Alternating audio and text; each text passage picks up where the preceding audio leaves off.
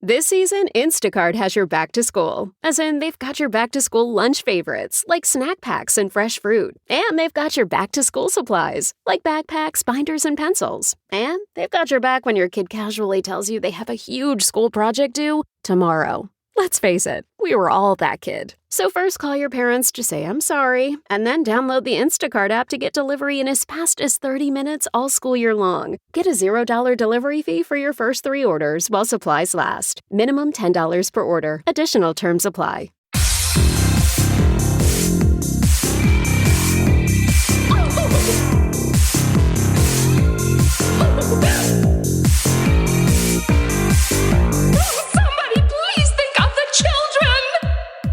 And welcome back to Little Cuts, our weekly minisode where we dig into the things that we've been watching recently. I think just watching. Yes, I'm Terry. I'm Mary Beth. Sorry, I remember something else. Whatever. Anywho, I'm Mary Beth, whose memory is terrible until right before, same. right when I'm doing the intro. This has happened twice now, like in the span of a couple of weeks. But anyway, this week we are road tripping across California with Michael Emerson's Head. Ooh. Home Invasion, Getting Lost in Colin Farrell's Eyes, hell yeah. A New Kind of Slasher, and synonyms, just another word for the word you want to use. Yeah, a lot of singing happening. Yeah, I'm here for it. Ooh. But, okay, Michael Emerson's Head, what? Tell me, what? So, you haven't seen Fallout, I'm guessing. Okay. No, because I thought it was something about Evil, because Michael Emerson's also in Evil, and the new season's coming out, so I was like, oh, it's the new season?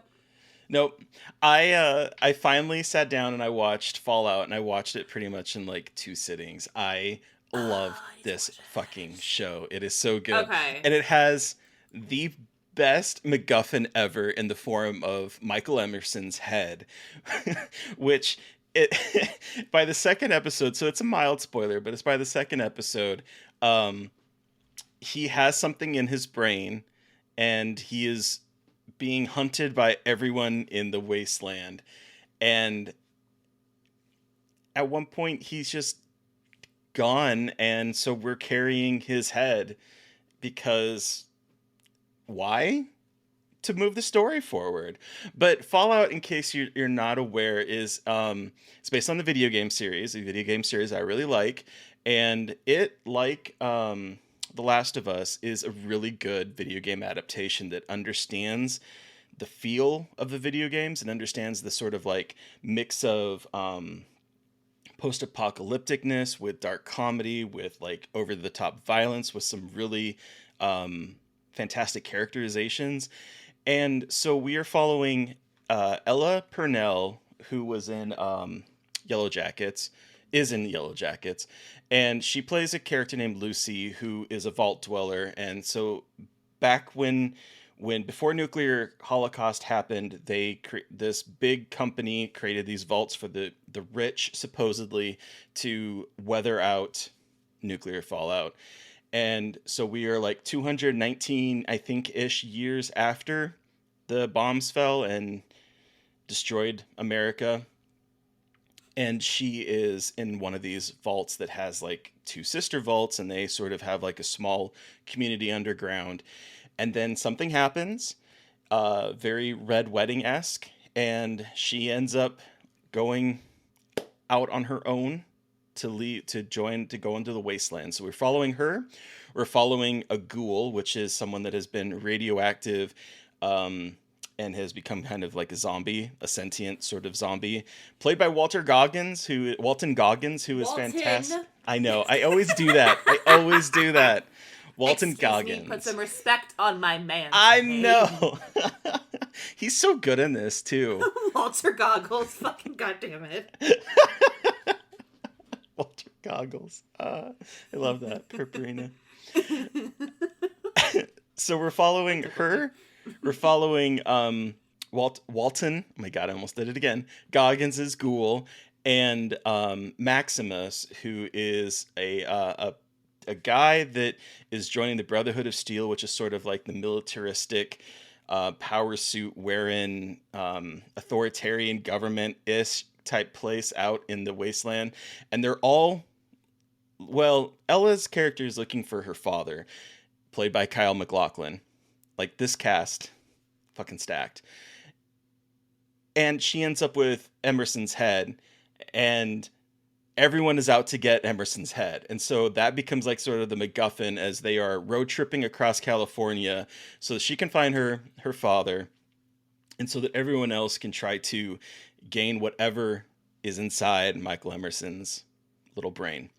And it is an absolute fucking delight. This show renewed my faith in computer generated graphics, because this show looks fucking good. Looks fucking good. And the monsters in it are fantastic. The way it understands depth. I mean, Purpurine is like, that's a big statement. Yes. You guys, if you've listened to me before, you know how much I cannot stand this modern filmmaking trend of just like have people in a small green room and then just animate everything around them, because it does not understand depth. Yeah. This understands depth, and it looks great. The monsters are great. The practical effects are great. This is just, it's firing on all cylinders, and it makes me so excited that maybe we'll see like really good video game adaptations coming out, because we have The Last of Us and this are just like killing it. I really want them to do something for Portal. I don't know if you've ever played Portal, but I would love to see them take that and turn it into a show. I'm very excited. This made me so excited for where it's going to go, but also video game adaptations as a whole. I love this show so much. I think we've learned that video game adaptations are better done as a TV series than movies. I agree. Yeah, I haven't watched it yet, but I really want to. It's on the list. It's so good. It's on the list. Yeah, I've basically forced myself. I was like, I'm just going to sit down and watch this. And by the end of the first episode, I'm like, okay, I'm hooked. I'm here. That's on Prime? Yeah. Okay. Yeah. I'll watch it eventually. No, watch it now. No. It's so good. I'm watching anime! Anyway. Yeah, I can't wait to hear what you think when you eventually watch it, because it's just, it's me. Like it's my sense of humor to a T. I loved it. Oh yeah. Okay. Home Invasion. I think I know which one this is, and I'm curious to hear your thoughts. Yeah, so as of the recording of this episode, The Strangest Chapter 1 is out now in theaters. And if you guys follow me on the social media, particularly Instagram, you will have seen that I was in LA for the world premiere and the red carpet of The Strangers. Lionsgate flew me out for the junket and the premiere. I did watch the movie before the premiere for the junket, so I watched it at a screener at home. I'm just being transparent before I talk about this. Because I did not like this movie, which is a bummerino, because I understand that I had the very big privilege of being flown out and like put up in a hotel for this, which I very much appreciate. Had a great time. The movie's still not good. I'm so sorry, but it's a big old bummer because, as we all know, I love The Strangers, and yeah, they fumbled the bag pretty bad. I think. Is it kind of like, I've just seen the trailer. Is it like they're trying to remake the first one? Because it gives me the first one vibes. You know, great fucking question, Terry. Really great question. And I'm not trying to, like, I say that for comedy, but like I asked, I was like, so like, where is this in the chronology of everything? And like, it's a reimagining. So it's like, whatever the fuck that means, because it's like not, because I thought it was a prequel, but like they have iPhones and shit, and when The Strangers was made in 2007, they had flip phones, so like it's not a prequel, it's very much 2024. So it's, let me eat some of my frozen vegetables real quick. So the problem here is that the film fundamentally misunderstands what is so scary about the original. That is what is a massive bummer to me. They took such a simple concept and they tried to overcomplicate it. And this is why you can't remake it, because like it's seriously simple. And yet here they're trying to make it like the whole thing takes they filmed the whole trilogy the same shoot. So they shot all three movies. I saw that they were Which, like, shot it in like 58 days. I'm like, yeah, A, so that's kind of cool that you got the entire trilogy done, but B, here's the problem. I can tell. okay. So like last year doing something different, like, 'cause like this one basically just feels like a remake of the first one, but like trying to add it more like, who are the strangers? And the whole point is it doesn't matter who they are. Yep. But they're already trying to set it up like, oh, they're in this weird town, like what rednecks are the ones hunting them? And it's like, that's so lame to me, because it's like not why it's one, so tropey and boring. Mm-hmm. And two, like, that's not what makes the strangers scary. And there's some really good, I think, I will, to give it credit, there are some really good scares, some good set pieces. It's like they watched The Strangers and understood, like, the technical aspects of framing a good scare, but they didn't understand, like, from a script perspective, how to make that work. Gotcha. So, like, from a technical perspective, there's some really cool stuff going on, but from, like, a cohesive narrative perspective, it just like fundamentally misunderstands what The Strangers is about. So I mean, I'm not really quite sure what it's trying to accomplish still after seeing it twice, because it feels like it both wants to appeal to fans of the original while also appealing to like the CW crowd with like Madeleine Pesch. Yeah. And like Froy. Also, they make Froy Gutierrez look way older in that movie than he is in real life. Like, that poor man got the like nubby white boy treatment in terms of representation on screen. It's just like, it just doesn't have like any personality. It kind of feels like AI wrote it a little bit. Oof. Ouch. And every person associated with, for the most part, not every, but a majority, are all old white men. Yeah. And there's like 65 producers on it. Yeah, I don't know. It wasn't for me. It was a big disappointment. That's really sad. Like, I had a feeling, but I was hoping. Like, I don't know. It's one of those things where if you're going to commit to a trilogy and film a trilogy, you got to be like, okay, they must really believe in this because they just have done 3 movies instead of waiting to see how the first one So I was like, okay, this is kind of ballsy, but I'm like, And like, who knows? Maybe 2 and 3 will be better. But like, the way that this one stands is it feels like they took The Strangers and then made it a generic like backwoods slasher instead of, and then like had a cliffhanger. It just doesn't have anything unique about it. But like, maybe they're trying to get younger audiences. I don't know, but I'm not quite sure.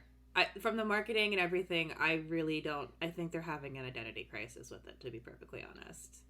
Yeah. I don't think they really set a goal either way. I think it was kind of like, okay, let's spend as much money as possible on the marketing and just like see what happens. I was gonna say, rather than committing one way or another. They spent the marketing. Everything. So like, the junket I went to, they had like a whole like scare thing set up. The YouTube video is on Dress Central's YouTube. I fell over on my ass. It was hilarious. Everyone was talking about how I was the best one of the whole day because I actually got scared, and I was like, thanks, I guess. I was also one of the only women, so like that was fun. Ugh. It's like, god damn it, I'm a jumpy little shit when it comes to like haunts, but like all of the background, like backdrops, impeccably designed, like just like stunts everywhere, like in everything, like people dressed as the strangers everywhere, and it's just like, I'm sad okay, though, I just guess. because it was directed by Rennie Harlan, who directed my favorite of the Nightmare sequels. Yeah. So that's disappointing. But yeah, so like, I was disappointed in it. I think there's some cool scares. I think there's some interesting ideas there, but I think ultimately they were too bogged down by trying to make a Strangers movie without understanding like what a Strangers movie is.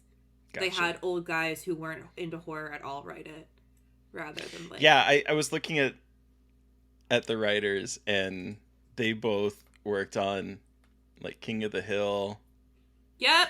And every decision made about this movie baffles me to no end. I'm just looking at like the credits of producing No American one can accuse Dad. me of being bought. No one can accuse me of being bought by studios, everybody.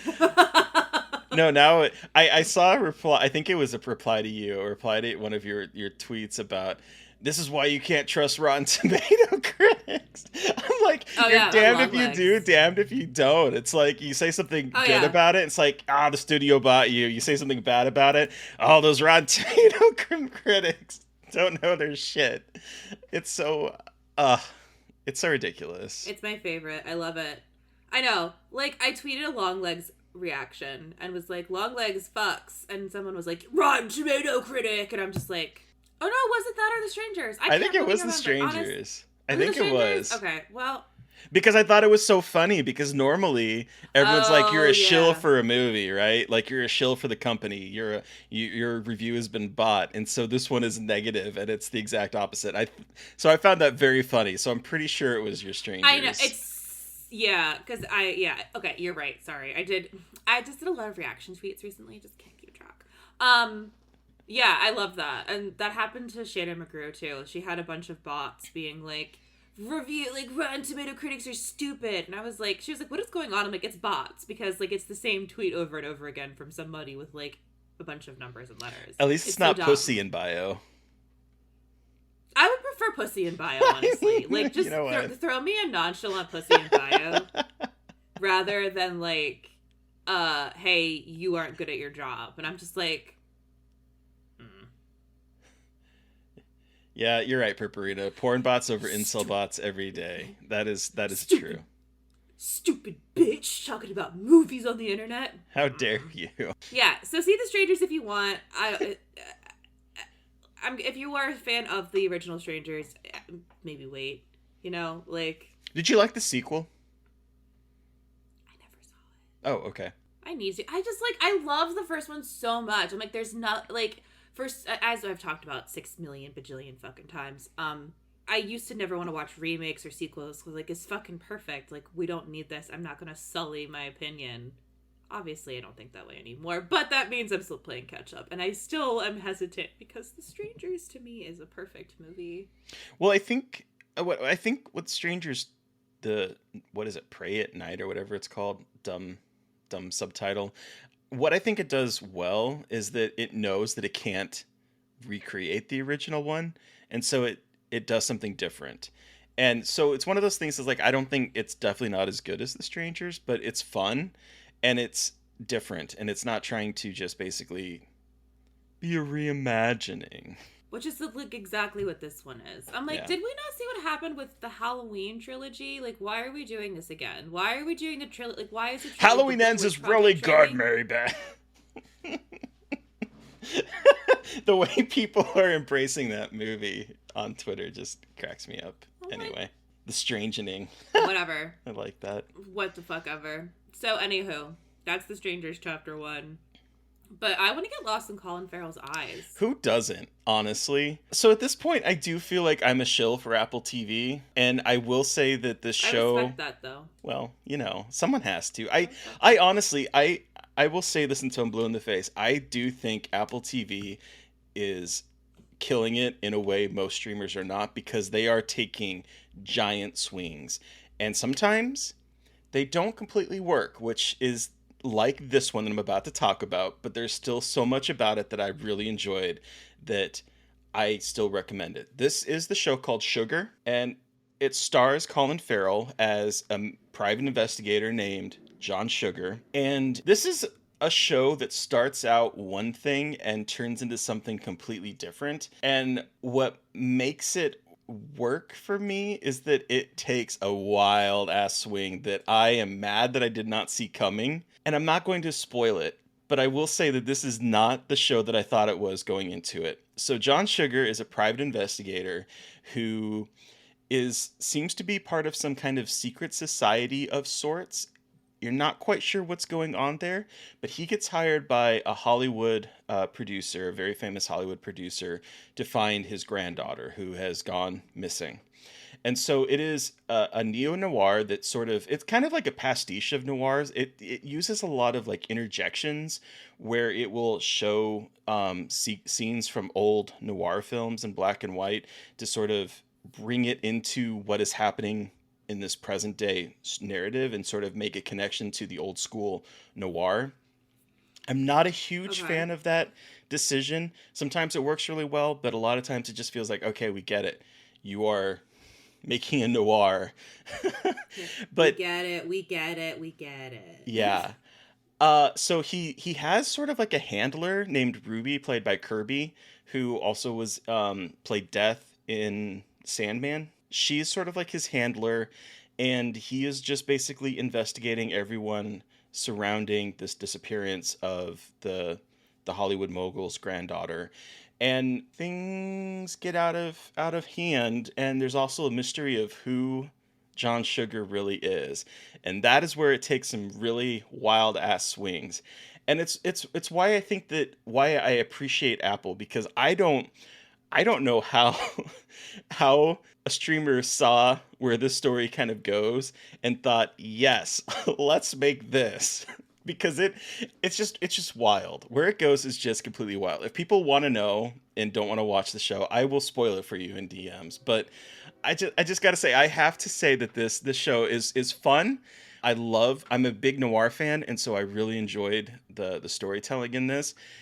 And I really just love the audaciousness of what happens in this movie or this TV show. All episodes are playing now as of the airing of this episode, so it's all out there on Apple TV if you want to watch it. They're short. It's only like 36-minute episode. Like each episode's about 36 minutes, Oh.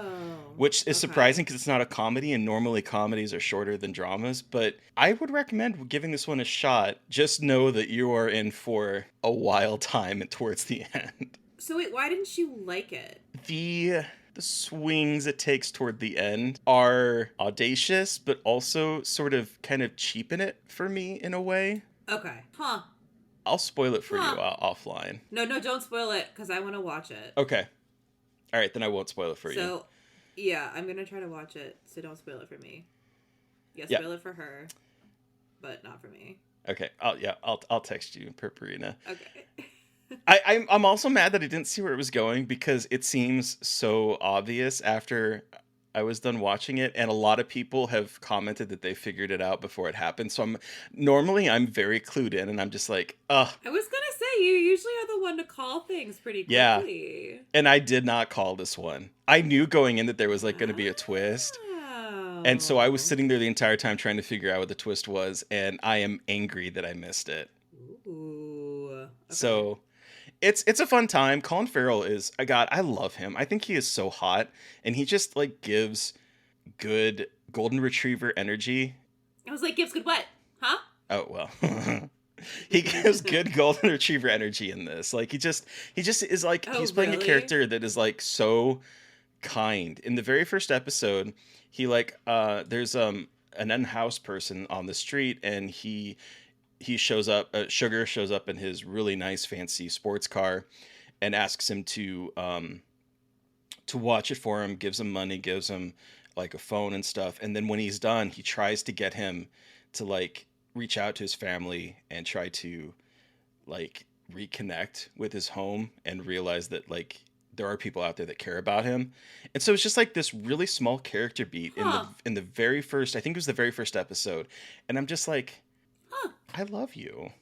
I wish more people were like this. And he's just, I don't know, his eyes. I love Colin Farrell's eyes. They're so expressive. So anyway, Sugar. All episodes are streaming as of today on Apple TV. Hell yeah. Okay, Home Invasion 2, a new kind of slasher. This one I am dying to see. So tell me about it. Yes. So I was lucky enough to finally see In a Violent Nature, the upcoming inversion on the slasher by Chris Nash, that it had its world premiere at Sundance this year. It's been at a bunch of festivals, there's a bunch of hype around it, and it's coming to Shudder on May 31st. Yes, I believe that is correct. This film, which I very much enjoyed, is basically a group of young people find a locket in a burned down fire tower, and they remove the locket and awaken Johnny, a supernatural force that only wants his locket back and will do anything to get the locket back. And the whole time we are following Johnny, who is a silent, shambling force through the woods as he approaches his victims. So a lot of this movie is very much in the sound design, which my Letterboxd review is simply 2024 is a banger year for horror sound design, and I mean it because I watched this movie on my computer, which was fine, but I really, if you can see it in a theater, I would, because the sound design for it is so incredible in terms of, like, the nature sounds they use, and because we're not with, like, any other characters that much other than Johnny himself, when you hear conversations, you kind of hear them in the distance getting closer, so you have to really listen to everything to kind of understand any context with the human characters. But that's kind of cool because, like, this isn't about the human drama that's going on. Like, there's a lot of moments where you can kind of feel like, oh, cool, this is like a slasher tropey moment that he's walking in on, but we're only getting it from his perspective, and his perspective is just trying to kill. So I've seen Chris Nash describe this as like the 4th or 5th entry in a slasher movie, and like that's definitely what it feels like, which I love. Like, there's this, it feels like it's got that art house vibe of like being very quiet, but then also the kills are fucking crazy pants. Like, the kills are gnarly.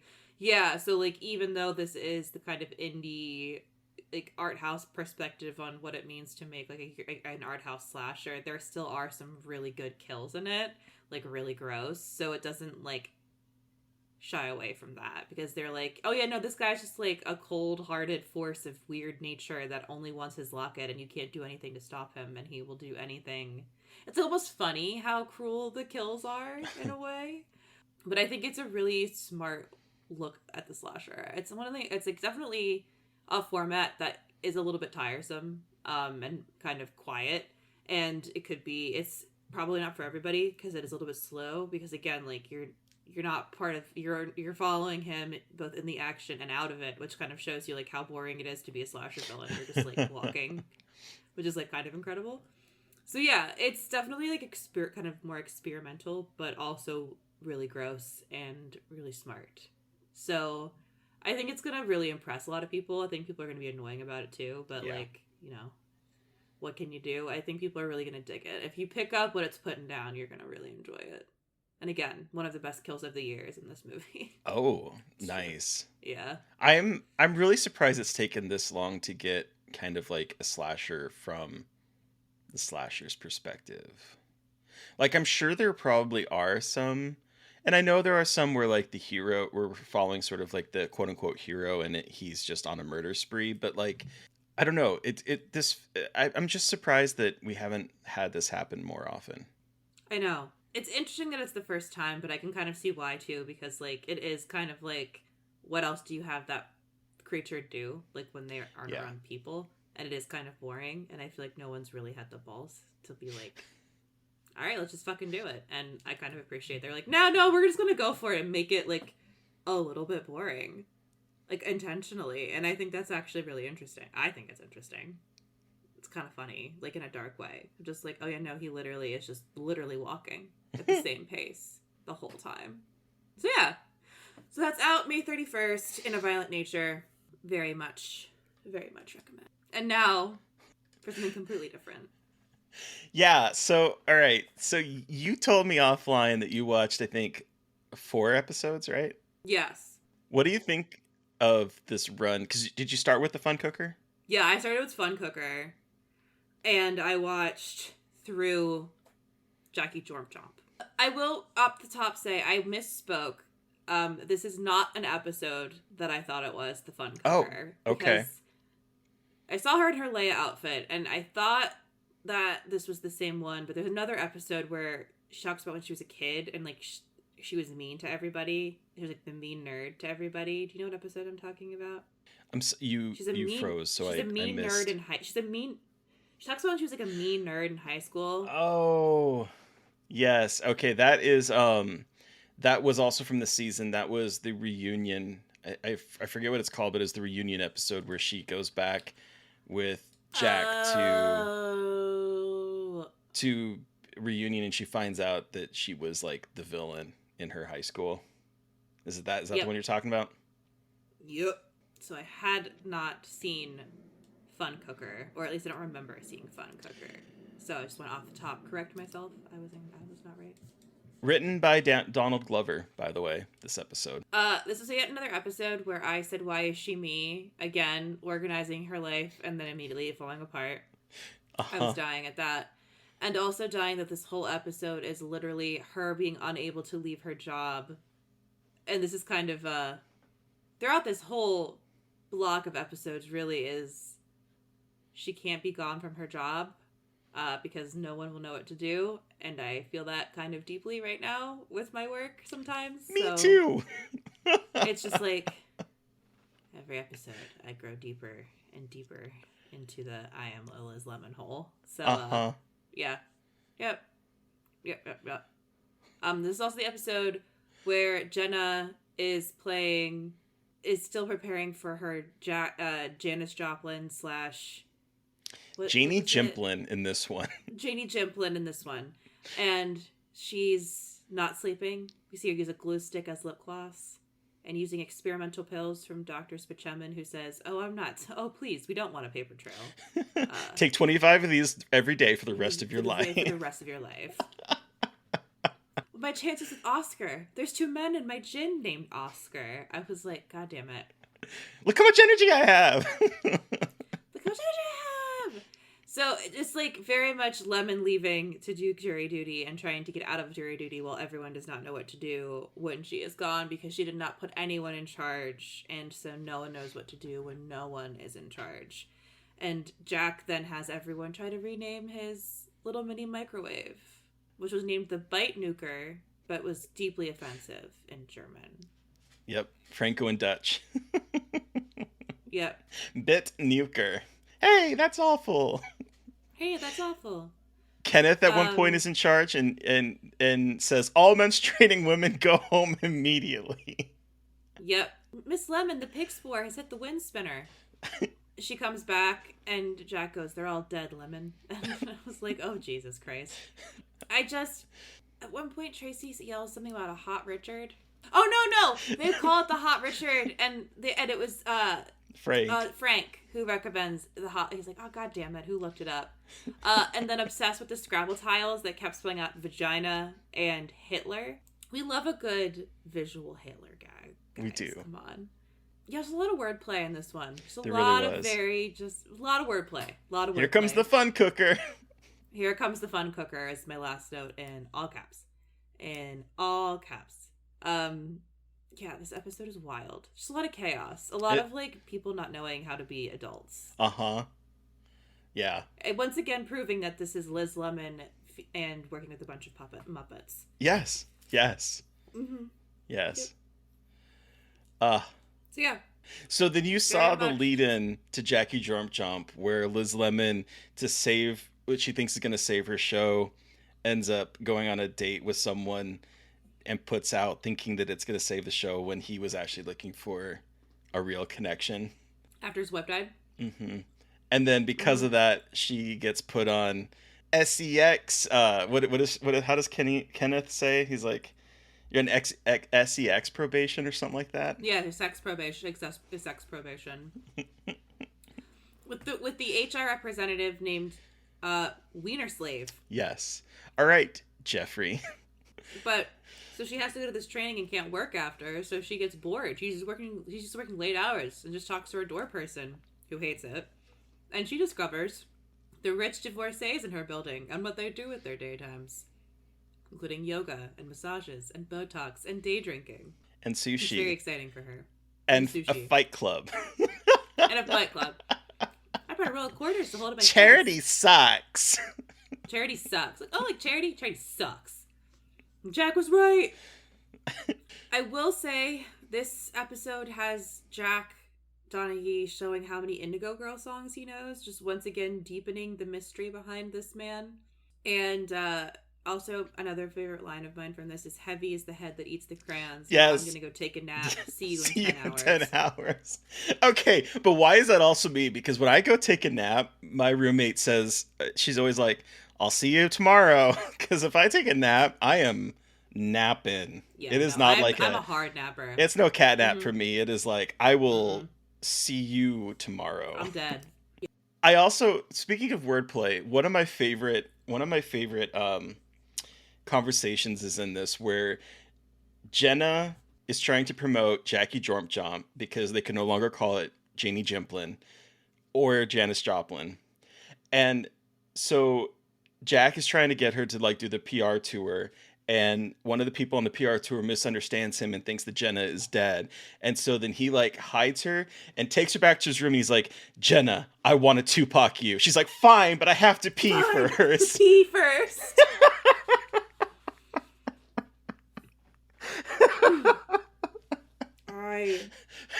I'm dying. I want to Tupac you. I want to Tupac you. Okay, but I have to pee first. Like, who comes up with this? Like, that's such I love brilliant. It's just so fun. It happens again so quick, so fucking quick. Well, and then he follows it up by saying, like, you just need to be dead, play dead for another 12 hours. She's like, "Oh, I'm great at playing dead. I watched my whole church group get eaten by a bear." Eaten by a bear. I love these types of shows that just, like, build this weird-ass lore. Like, The Office did this, too. Just, like, builds all this weird lore around its characters, but then, like, never gives you any more information. And you're just like... Yeah. What? Yeah. And that's totally Jenna. Like, she has had to... Oh, yeah. She has had to dance in Dubai. She has been thrown overboard for displeasing the sheik. She constantly talks about... Right. About Eric, like there's a joke I think later on where like she keeps talking about Eric Roberts and just like how horrible he is to her, or like I'm trying to think. So there's someone like, it's just her story is just so fascinating. We only get like little snippets of it every now and then, and I'm just like, I want to know more. What was Jenna's life before she was on 30 Rock? I want Jenna's memoir. Right? Yes, I enjoyed this block of episodes. I was highly entertained by watching Tracy learn that he has lots of money and be an idiot. As long as you have money, you can get away with anything, is basically what the show is jokingly saying. Yep. But yes, another good set of episodes. Methinks. I'm so glad you enjoyed it. Me too. What are we watching next? All right, so next week, if it's okay, we're gonna do a threesome, a 3-episode block. A threesome. Because these kind of feed into each other, and it's a great way to end this season. So we're gonna watch episodes 20, 21, and 22, The Natural Order, Mamma Mia, and Kidney Now. Okay. They tell one kind of continuous story. So and the way season 3 ends is just a delight. It's a delight. Excuse me. So that'll be next week. But oh my gosh, who are we chatting with on Monday, Mary Beth? So on Monday, we are chatting with actor and writer Jenna Cannell, whose film Faceless After Dark, that she both co-wrote and starred in, is currently available in select theaters and on VOD. And she brought with her Donnie Darko, which we dig as deep as we can into. She loves weird time travel shit, so it's very cool to hear her just nerd out about Donnie Darko and theories about what it all means. So, very exciting. And I think we had a really, I think we had a really good a very interesting conversation about this one. And I wish we'd had more. Like it's one of those, because we only had her for about an hour, and we really pushed that hour. Like we did. We went a little over, and I wish we had more, because she was such a great guest, and there's so much to talk about with Donnie Darko. So get excited for that episode, because it's so good. So listeners, you've heard from us, but we want to hear from you. Did you watch anything that we watched this week and have thoughts? Do you have suggestions for other 30 Rock episodes I should be watching? Let us know by sending us an email at scarredforlifepodcast@gmail.com, or you can reach out to us on social media. I am at MB McAndrews on Twitter and at MB.McAndrews on Instagram. And I'm at Gaily Dreadful everywhere. And, of course, you better follow the podcast on socials. We are at Scarred Podcast on Blue Sky and Twitter, and at Scarred for Life Podcast on Instagram. And please don't forget to review, rate, and subscribe. And if you want to help support us, we do have a Patreon. We sure do. Thank you to Eric Power for our artwork. Thank you to Sean Kelly for our music. Thank you, everyone, for listening. Please stay safe out there, but most importantly, stay creepy. And until next time.